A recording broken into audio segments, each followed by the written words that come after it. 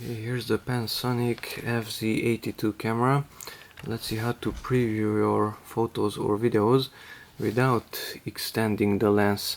So by default, if I power it on, the lens will come out. It will extend.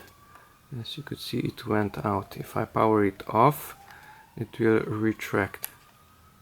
It will go back.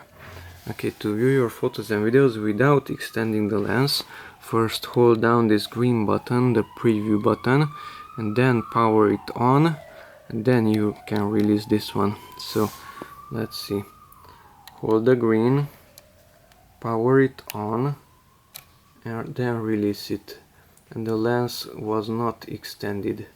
And if I power it off, notice it's not going back either, because it was not extended. So hold the green, power it on, and release.